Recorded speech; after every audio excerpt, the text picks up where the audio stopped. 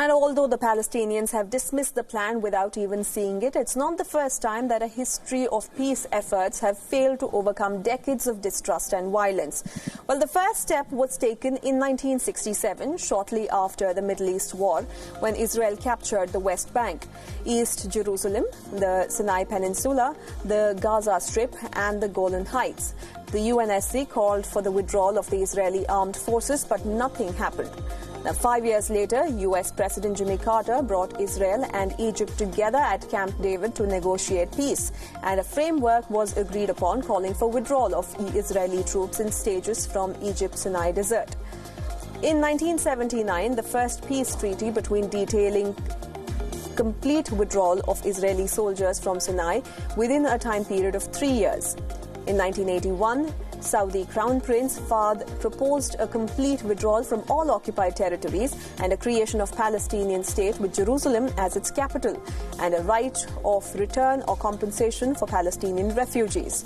In 1991, 4 years after a Palestinian uprising erupted, an international peace conference was called in Madrid. It was attended by members of Israel and the Palestine Liberation Organization, but no agreement was reached. Between 1993 and 1995, Israel and the PLO held secret talks in Norway, and that resulted in interim peace accords calling for establishment of a Palestinian interim self-government and an elected council in the West Bank and Gaza for a 5-year transitional period. Another US-led initiative was taken in the year 2000 when President Bill Clinton convened a meeting between Palestinian leader Yasser Arafat and Israeli Prime Minister Ehud Barak at Camp David. They failed to reach an agreement, and another Palestinian uprising followed soon after.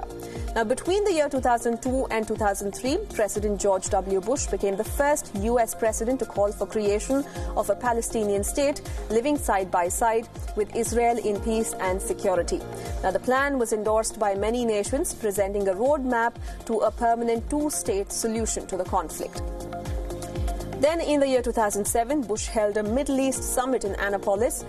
Palestinian President Mahmoud Abbas and Israeli Prime Minister Ehud Olmert agreed to resume talks, but a corruption investigation and a Gaza war in 2008 prevented the agreement from materializing. Another important moment came in the year 2009 when Prime Minister Netanyahu said he would be open to a peace agreement that includes establishment of demilitarized Palestinian state.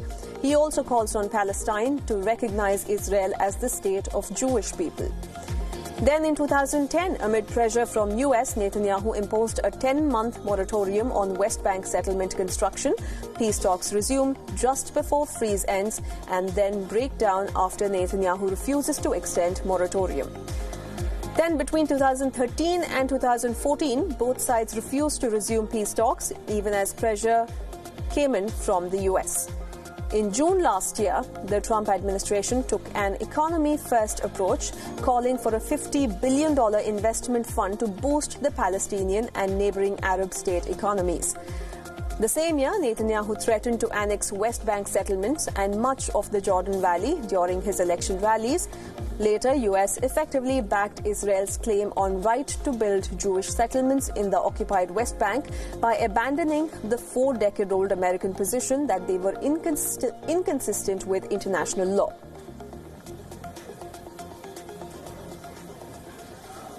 And well, joining us live from Jerusalem is Amichai Stein, who is a diplomatic correspondent with Israel's Khan TV. Mr. Stein, thank you so much for joining us. The first question that I'd like to ask you, the most obvious one here, is without having Palestine on board, no matter how historic this peace plan is, can it really be implemented?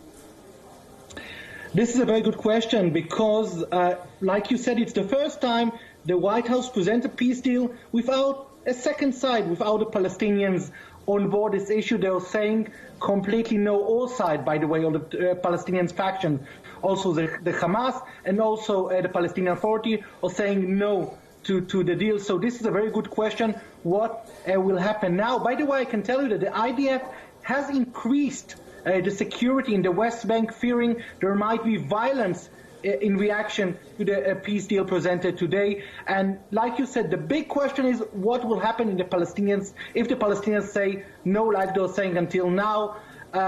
President Trump was asked about it yesterday, and he didn't give a full answer. He said, we hope they will agree to the deal. It's a good deal. It will benefit them. But if not, we'll see. He leaves it open. Israel government says our assumption is that if the Palestinians will say no to the deal, it means we can annex several parts of the West Bank. But Trump didn't say it. He didn't say, I'm going to allow Israel to annex part even without a deal. He says at this point, we want a deal. We want a deal with two sides. It's better for them. What will happen if the Palestinians say no, we'll see. Right. Already difference of opinion even before the plan seems to be unveiled. Also, the Israel elections are scheduled in the coming few months. What can we call about the timing of this deal? It has been in the offing for quite some time now. So I'll give you one simple answer today. For the first time in Israel history, there was an indictment to court of a sitting prime minister. The Justice Department issued to the court in Israel the indictment against Prime Minister Netanyahu. 6 hours later, we will see Netanyahu presenting a peace deal that for the first time allows Israel to keep land. So this is the narrative you're going to hear in the next month till the election at the beginning of March. Netanyahu is going to say, I'm working on historic issues. I'm going to help shape the borders of Israel. I'm allowing Israel more than Israel was allowed to keep in the past. And Kahol Lavan, Benny Gantz, his main rival, are going to say, listen, it's great, but you're indicted to court on 3 major cases. One of them is bribery. You're going to have the beginning of the trial probably a week after the election in Israel. This is impossible to do. On one hand, rule a country, government meeting, regulations, and on the other hand, appear on court. This is what Netanyahu's rivals are going to say. Netanyahu is saying, I can do both. I'm looking now at the history, and this is what I'm working on right now.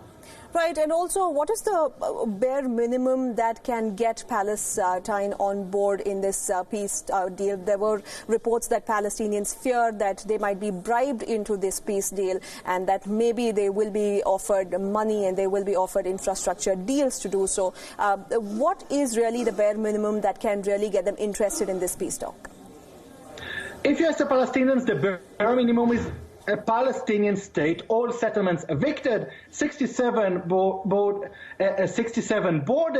This is the Palestinians' position right now. They're saying, we are not going to talk on what Trump offers. But what is more interesting to ask is what is the position of the Arab countries, I think, Jordan, Egypt, the Gulf countries. This is maybe much more interesting because this might impact what the Palestinians will say at the end. Because right now, the position of the Arab countries, they say, I'm telling you in closed meetings, we understand that Trump has a new idea, but our bare minimum is a Palestinian state. This is the bare minimum. Not talking about borders, not talking about other issues. They say we want to see a Palestinian state like a normal state. Right now, from the reports, by the way, this morning in U.S. media, it doesn't seem it's going to look like a state, maybe autonomy plus or something like this. So even the Arab countries that might agree to less will oppose the deal. This will for sure impact the Palestinians' position. If the Arab countries are saying no, we of course cannot say no. We cannot say yes to this deal. So even if the Palestinians might somehow agree to less, we need to see what exactly will be the phrase of a Palestinian state this afternoon. Right, Mr. Stein, thank you so much for joining us and sharing your expertise with us. Well, there you have it. In the next few hours, we will get to know the details of this much anticipated and what the U.S. and Israel are calling historic peace plan.